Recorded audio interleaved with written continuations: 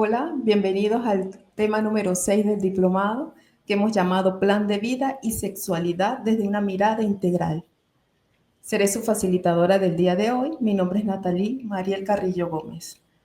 En este tema vamos a desarrollar 4 puntos básicos. Plan de vida, unas definiciones básicas, priorización y toma de decisiones. También conversaremos un poco sobre la influencia del entorno en los planes de vida y la sexualidad para finalizar con algunas orientaciones que nos van a permitir desarrollar nuestros planes de vida. Como unas palabras introductorias, me gusta hacer énfasis en estas cosas, de que la sexualidad humana es una constante que evoluciona desde el nacimiento hasta la muerte. Es decir, que somos seres sexuales. La Organización Mundial de la Salud la define ampliamente, incluyendo sexo, género, erotismo, placer, intimidad, reproducción y orientación sexual, lo cual se va expresando en nuestros pensamientos, deseos y conductas. Esta sexualidad está influenciada no solamente por los factores biológicos, sino también por los sociales y los culturales. Y más aún, varían de acuerdo a la cultura donde nos desarrollemos. De tal manera que la educación sexual integral es clave para preparar a los niños, niñas, los jóvenes y que no se descarta a nosotros los adultos también. En la siguiente lámina estaremos hablando sobre la evolución y la definición de la sexualidad. Profundizaremos nuevamente el tema, la opinión de la Organización Mundial de la Salud, donde nos habla que la sexualidad abarca el sexo, las identidades de género, el erotismo, el placer, la intimidad, la reproducción y la orientación sexual. Quizás pueda sonar repetitivo, pero es importante que nosotros tengamos en cuenta que estos son los factores que están asociados a nuestra sexualidad. Y retomando lo anterior, que está con nosotros desde incluso nuestra concepción como seres humanos.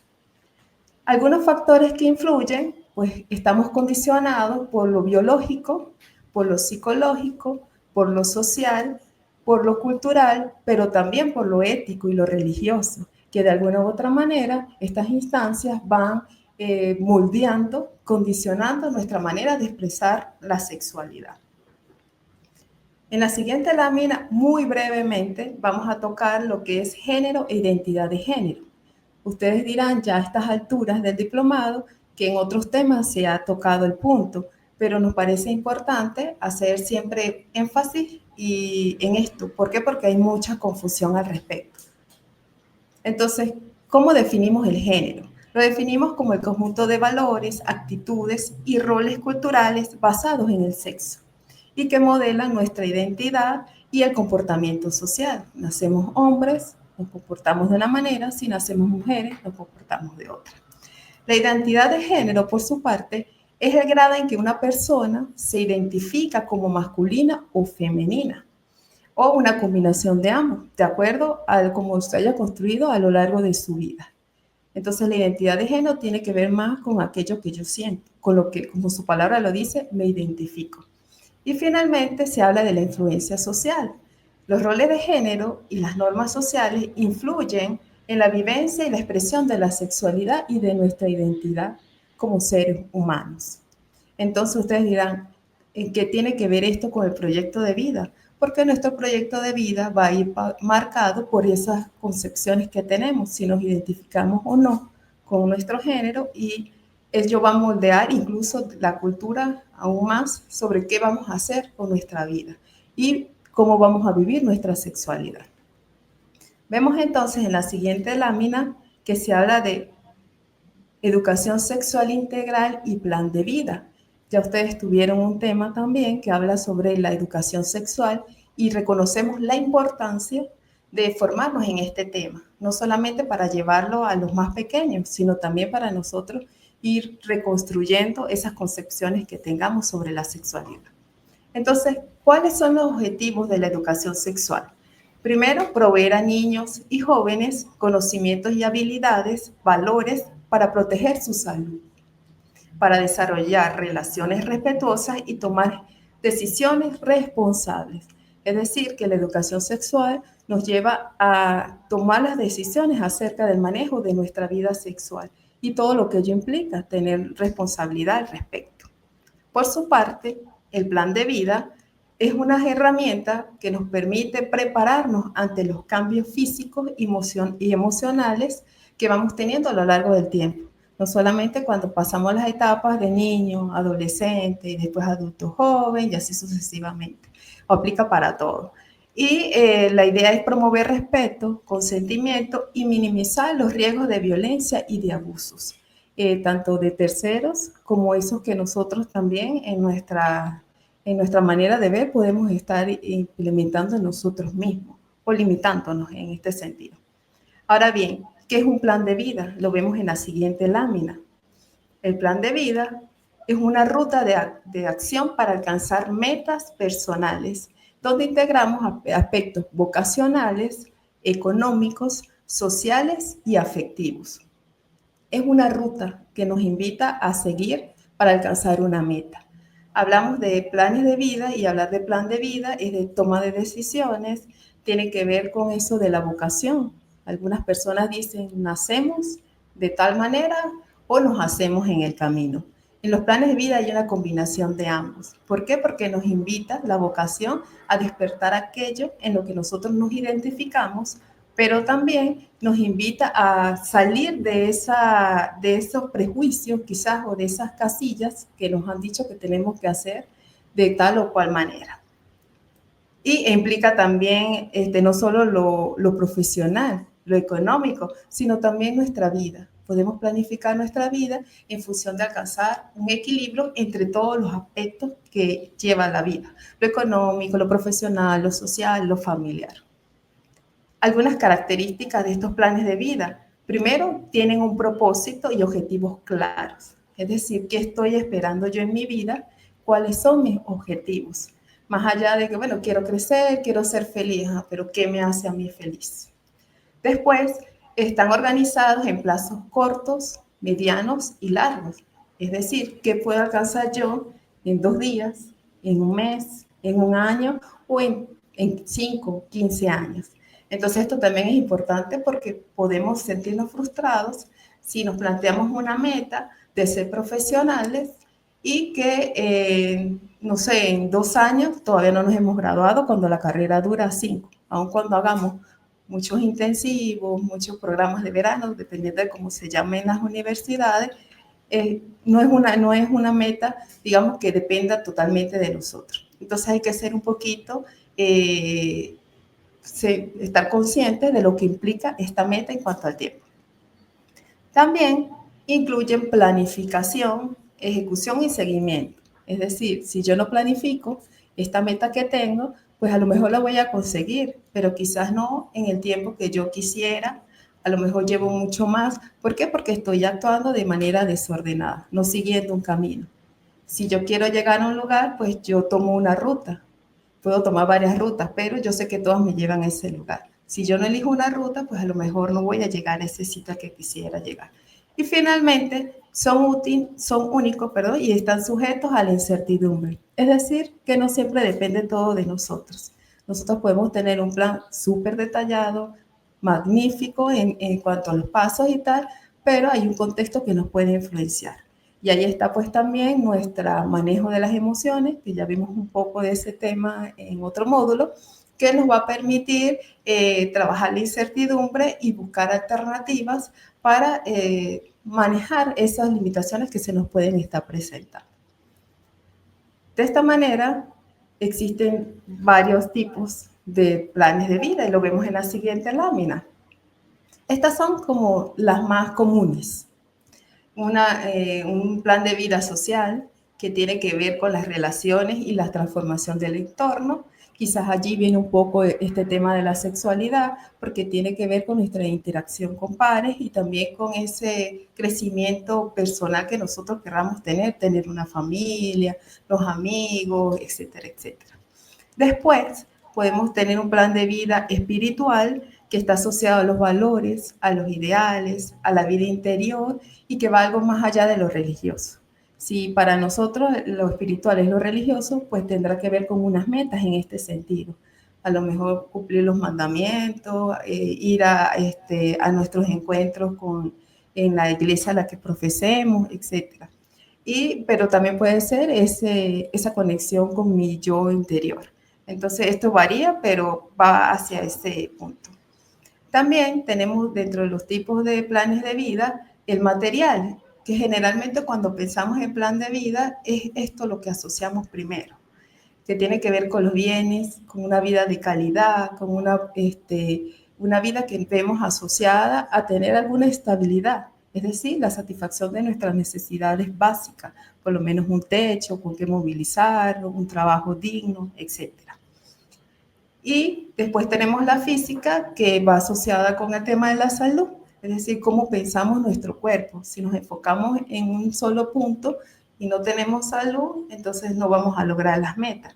Entonces, por eso es un llamado importante esta parte que tiene que ver con el bienestar, la salud corporal, y que también está asociado al tema de la sexualidad, porque es nuestro cuerpo. Ahora bien, ¿qué ventajas tiene elaborar un plan de vida? En la siguiente lámina vemos 3 puntos, pero hay muchos más. Primero, el autoconocimiento. Cuando nosotros nos aventuramos o nos atrevemos a hacer un plan de vida, tenemos que empezar a indagar dentro de nosotros qué nos gusta, con qué nos sentimos cómodos, para qué tenemos talento y cuáles son esos talentos que quizás están un poco tímidos, pero que podemos reforzar.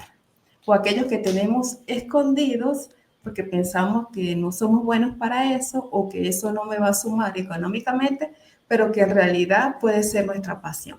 Entonces, en este autoconocimiento nos invita a identificar nuestros intereses, nuestras aptitudes y recursos personales y familiares. Aquí también en el autoconocimiento nos lleva a ver cómo está esta relación familiar, es decir, cuáles son mis puntos de apoyo, porque si bien todos queremos ser independientes, somos interdependientes.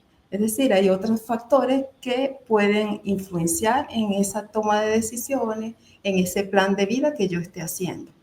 Y es el entorno familiar, uno de ellos.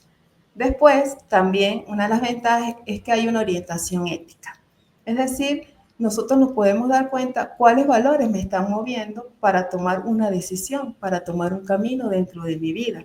Y esa ética pues nos lleva a actuar con responsabilidad y respeto, no solamente hacia los otros, sino también hacia nosotros mismos.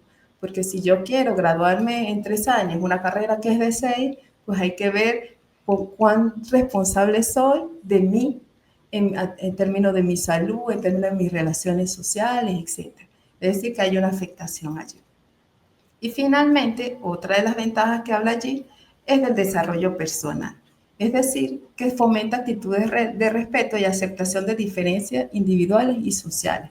¿Por qué? Porque me doy cuenta que cada uno es un ser único, aunque todos estemos dentro de un mismo sistema, y me permite, digamos, respetar, reconocer a las otras personas en su diferencia y que eso no implique que yo sea ni un obstáculo para ellos, ni ellos un obstáculo para mí. Es un manejo, digamos, en equilibrio y en armonía. Existen algunas herramientas para empezar a vislumbrar cómo va a ser mi plan de vida. Y acá pues sugerimos 2 herramientas en particular. Primero, hacer, y lo vemos en la siguiente lámina, una priorización y también después una toma de decisiones. Cuando hacemos, por ejemplo, árboles de problema, empezamos a priorizar cuáles son esas necesidades que tenemos.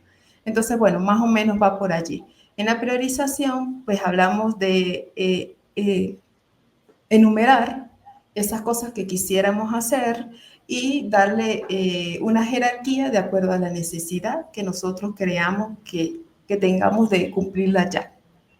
Ahí nos permite no solamente ver cuáles son esas necesidades, sino también ir analizando y reflexionando, porque enumerar todo lo que necesitamos, podemos hacer un gran libro de eso, pero lo que empezamos a analizar, con qué cuento, cómo lo puedo hacer, en realidad esto es tan importante, nos empezamos a cuestionar y empezamos a ir limpiando y nos va a permitir tener más claridad en eso que queremos lograr. Algunos consejos para priorizar, dice evaluar valor y urgencia de los proyectos. Es decir, bueno, yo quiero tener una gran casa, pero ¿qué tan urgente es? Si tengo 18 años, todavía vivo con mis papás, llevo una buena relación, por ejemplo, estoy estudiando, entonces tengo que priorizar quizás en los estudios para poder que de ese paso saltar al siguiente. Identificar dependencias y costos, es decir, quiénes a mi alrededor están que pueden influenciar en ese proyecto en particular que yo tengo. ¿Y qué costos tiene? No solamente económico, también tiene que ver con el tiempo que nos dedicamos a eso. Yo quiero ser un gran influencer. Ajá, pero ¿de qué depende? ¿Qué costo tiene eso? No solamente tener una buena conexión, implica también invertir tiempo en instruirme, en tener las mejores herramientas, no solamente para aparecer en la pantalla, sino para dar un contenido de calidad. Y otra de los consejos es que consideremos el presupuesto, ahí sí ya más específico, el económico, y qué tenemos disponible. A lo mejor no tengo un gran equipo, pero tengo una cámara de alta resolución y eso me va a permitir grabar, porque ya he investigado, ya tengo un guión. Entonces una cosa va a ir sumando a la otra. Eso nos permite ver una priorización. ¿Por qué? Porque estamos evaluando lo que tenemos, lo que no tenemos, de esas cosas que hemos enumerado que son necesidades y urgentes. Otro de los mecanismos es la matrifoda, que es muy aplicada sobre todo a nivel de empresa, quizás para hacer análisis más institucionales, pero que aplicado a nivel personal nos permite muchas cosas. Primero, que nosotros reconozcamos nuestras fortalezas. A veces nos preguntan para qué somos buenos y nos quedamos en blanco, pero si nos preguntan un defecto, hacemos una lista interminable. Entonces, aquí en un acto de honestidad, de reconocimiento propio, nos permite ver, bueno, ¿para qué soy bueno? Ah, yo soy bueno para escribir, yo soy buena para escuchar, yo soy buena para leer. Ah, bueno, eso es una fortaleza que tengo. También nos permite identificar las oportunidades. Bueno, hay un contexto X en mi entorno, pero en ese contexto, ¿qué puedo hacer yo para verlo como algo, una oportunidad? No verlo desde lo negativo, sin negar que pueda ser limitante, pero sí verlo como una oportunidad. O sea, ¿qué puedo yo tomar en este contexto para actuar? Va más allá también como de buscar la solución. Bueno, si hay una situación que no sé, no tengo un buen equipo para ser influencer y grabarme, pero ¿qué oportunidad puedo tener? Bueno, puedo pedir en un sitio que me presten los espacios y yo hago una contraprestación, yo le hago la publicidad. No me paga por hacerle la publicidad, pero puedo acceder a los equipos y estamos ganando ambos. Entonces, esa es la manera de enfocar, entre otras oportunidades. También nos permite ver la debilidad. La debilidad es aquello que yo debo fortalecer.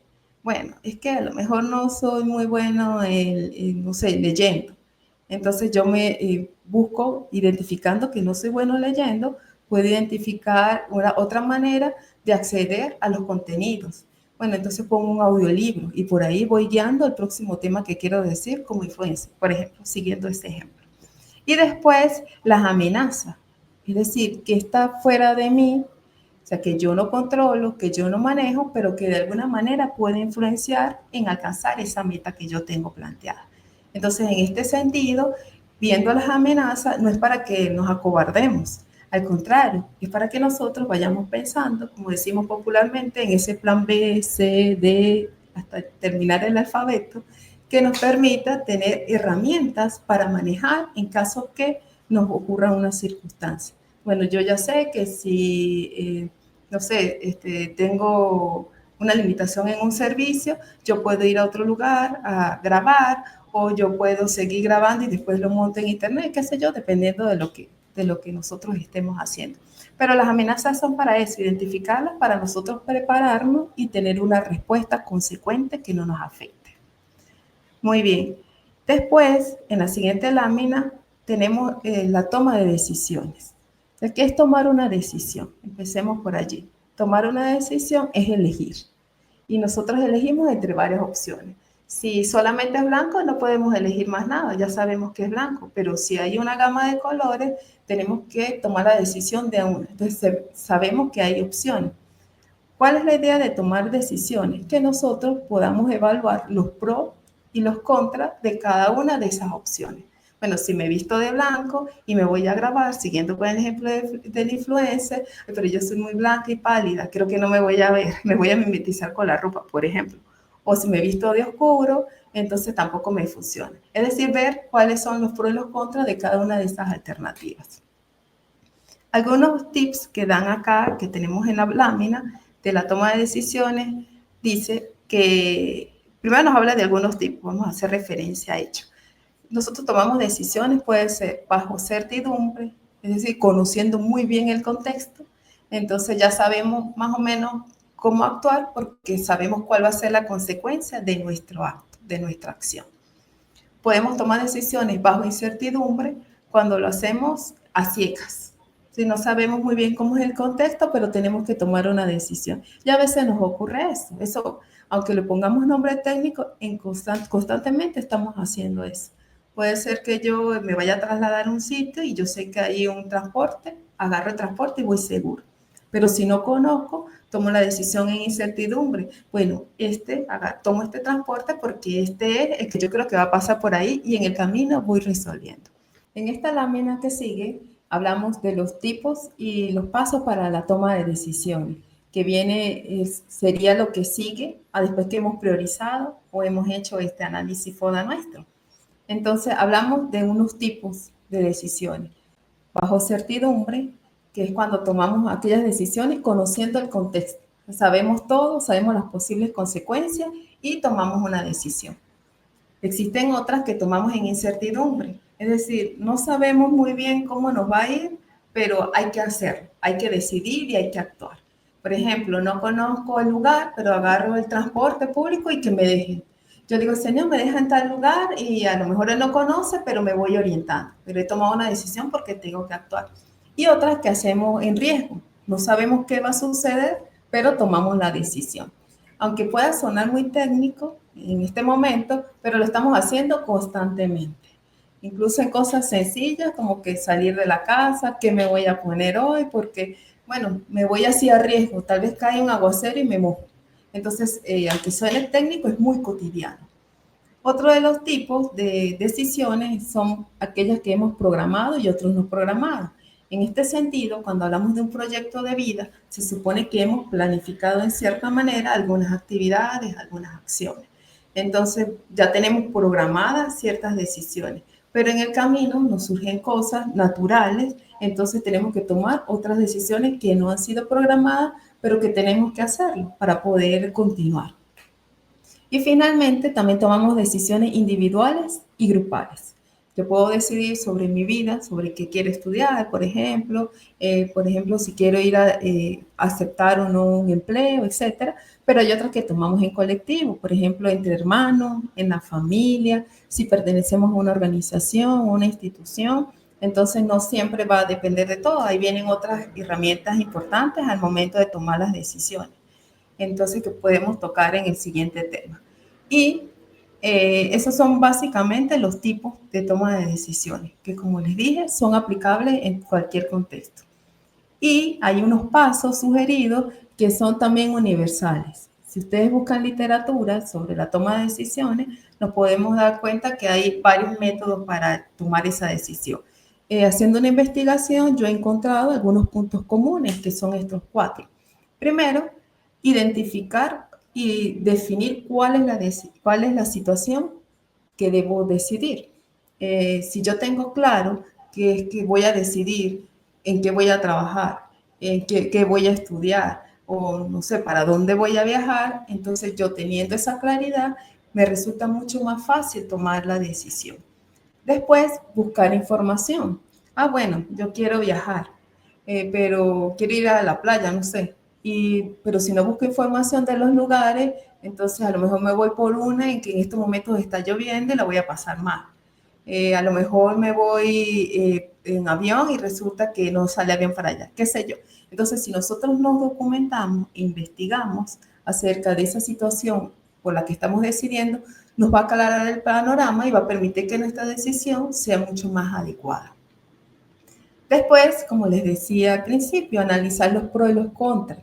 De qué beneficios podría traerme si yo decido irme por tierra a la playa ¿Y cuáles beneficios serían irme por avión? ¿Cuáles serían los contras? Bueno, a lo mejor en contra de que el avión es mucho más costoso, pero duro menos, qué sé yo. Entonces siempre es bueno porque haciendo esa balanza nosotros también tomamos una decisión que se ajuste más a nuestra realidad, más a nuestro contexto. Entonces, en función de eso, al tomar una decisión más informada, las probabilidades de éxito, de satisfacción al momento de ejecutar, digamos, esa decisión va a ser más alta. Y finalmente, elegir, no quedarnos allí en tomar decisiones. No estoy decidiendo y pasó un día, 2 días, un mes, 3 meses, 3 años y usted todavía está indeciso allí. Hay que atreverse a tomar una decisión e ir evaluando en el camino. Bueno, yo elegí estudiar medicina, pero en el camino voy viendo que, no sé, me da miedo la sangre, me pongo nerviosa cuando veo una inyectadora, entonces yo voy evaluando, no, esto no me funciona.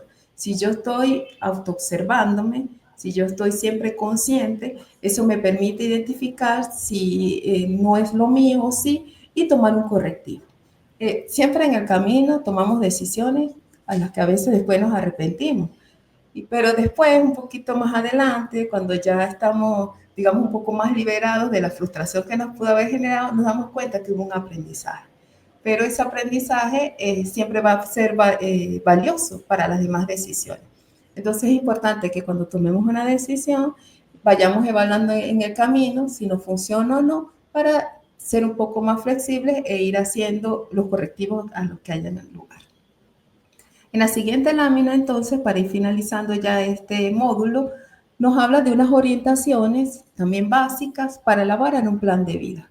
Acá también, como en el caso anterior, hay miles y miles de formatos para hacer planes de vida. Incluso hay unos que están enfocados en un área en particular, el área económica. Otros que es un formato solamente para el área familiar y así sucesivamente. Sin embargo, todos coinciden en algunos pasos. Y eso fue lo que quise resaltar en esta lámina.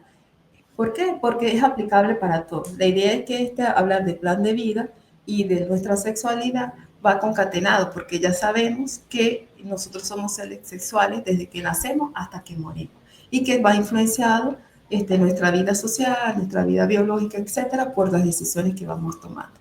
Entonces, ¿cómo orientar nuestro plan de vida? En primer lugar, definir cuál es el propósito que nosotros tenemos. Y aquí vuelve el tema, es nuestra vocación.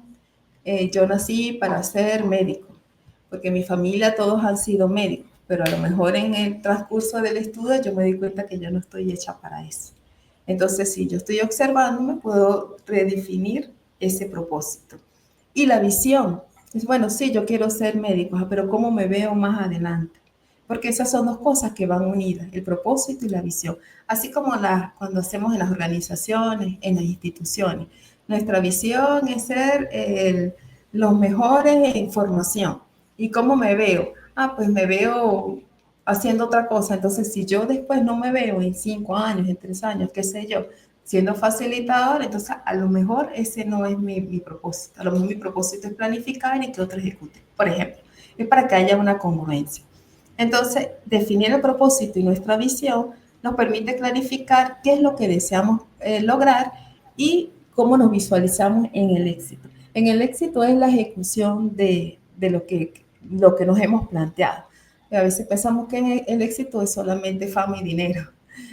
Podemos ser muy conocidos, podemos ser muy valorados en lo que hacemos y a lo mejor no tenemos la gran fortuna, pero eso es parte del éxito también. Entonces es importante tener ese equilibrio para no sentirnos mal. Después, planificar las metas y analizarlas. Lo que les decía al principio, nos podemos plantear unas metas que sean acordes con el tiempo que necesitamos para alcanzarla, también que sean acordes con los recursos con los que contamos, que no solamente es lo económico, también tiene que ver con el apoyo familiar, con el contexto donde nosotros nos estamos desenvolviendo. Entonces, analizar qué tan prudente es que yo me planteé en 3 años graduarme de médico cuando puede durar 8 años, por ejemplo, estudiando. Entonces, si nosotros hacemos ese análisis y estamos conscientes de ello, minimiza un poco la presión, digamos, la angustia que nos puede dar no alcanzar la meta y sobre todo, pues nos prepara para manejar adecuadamente las situaciones que se nos vayan presentando. Entonces aquí dice, Planificar metas y analizarlas, establecer metas, analizar las habilidades internas y también el entorno externo. Es decir, con qué herramientas cuento yo para llevar a cabo esta meta. Bueno, sí, yo quiero ser médico, sea como sea, pero me da miedo la sangre.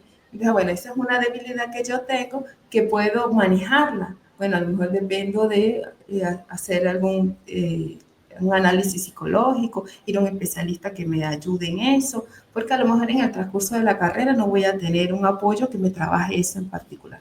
Es decir, ir identificando aquello para lo que nosotros necesitamos apoyo. Si bien un plan de vida puede ser una decisión individual, comprendamos que somos seres sociales, somos seres colectivos y somos interdependientes. Entonces, puede que yo tenga una debilidad o una limitante y hay otra persona que puede estar y está presta para ayudarme a minimizarla y superarla. Y finalmente, hacer unos compromisos y seguimiento. Es decir, asumir las responsabilidades. Comprometerme es asumir la responsabilidad de todo. Es decir, reconocer lo que tengo, aquello en lo que necesito fortaleza y también asumir las consecuencias de mis decisiones. Si yo decidí estudiar tal cosa y después me doy cuenta que no, pues no le puedo echar la culpa al entorno, porque todos son médicos y yo también tenía que ser médico. No, pues yo decidí hacerlo, pero me doy cuenta, y eso es parte de nuestra responsabilidad, que no funciono para eso. Entonces, bueno, hago una revisión nuevamente y tomo otra decisión. Porque bueno, la vida es así, vamos evolucionando, vamos analizando, vamos viendo las cosas de una perspectiva distinta. Entonces, si vemos que esa decisión no nos funciona, que no nos nutre a nivel espiritual, a nivel psicológico, mental, etcétera, entonces tengamos la valentía, la responsabilidad ante nosotros, pues de recapitular, de volverlo a pensar y evaluar qué no funcionó, qué no, para seguir adelante. Y bueno, aquí habla justamente de lo que le estoy diciendo, de la autoevaluación crítica. Y esta palabra crítica, quiero hacer un énfasis, no es de criticarnos, de ser duros con nosotros, sino crítica hablando de honestidad, crítica hablando de sinceridad, hablando de que, bueno, esto no funciona así, de asumir responsabilidades, bueno, esto no me funcionó así, ahora lo voy a hacer distinto. A eso es que se refiere la crítica. No de autoflagelarnos, porque eso no va a sumar nada. Al contrario, nos va a hundir quizás en una depresión, en una tristeza o en un desánimo que no es lo que queremos. Finalmente, para ir concluyendo este módulo, dice, el plan de vida es personal y debe basarse en nuestros sueños y en nuestras capacidades. Estas capacidades que pueden ser vocacionales, que pueden ser innatas, pero aquellas que vamos desarrollando también a lo largo de nuestra vida. Todas son válidas porque todo es parte del aprendizaje en la vida. Y este plan de vida, aun cuando es personal y debe basarse en nuestros sueños, no debe estar condicionado ni por roles de género ni por presiones externas. Es decir, que yo nací mujer, yo me identifico como mujer, pero bueno, quiero ser minera. Entonces, pero no, la minería, estar en las minas, eso es nada más de hombres. Entonces, que eso no me limite a mí. Puede que haya algunas diferencias, que me tenga que adaptar en unas cosas porque somos diferentes biológicamente, pero no significa que eso esté vetado para mí. Entonces, pensemos en nuestro plan de vida en ese sentido, en qué estamos soñando, en qué capacidades tenemos, con quiénes contamos y en qué me estoy comprometiendo yo a realizar para que ese plan de vida sea una realidad. Gracias por su atención. Cualquier duda, estamos a la orden a través del correo y muchas gracias.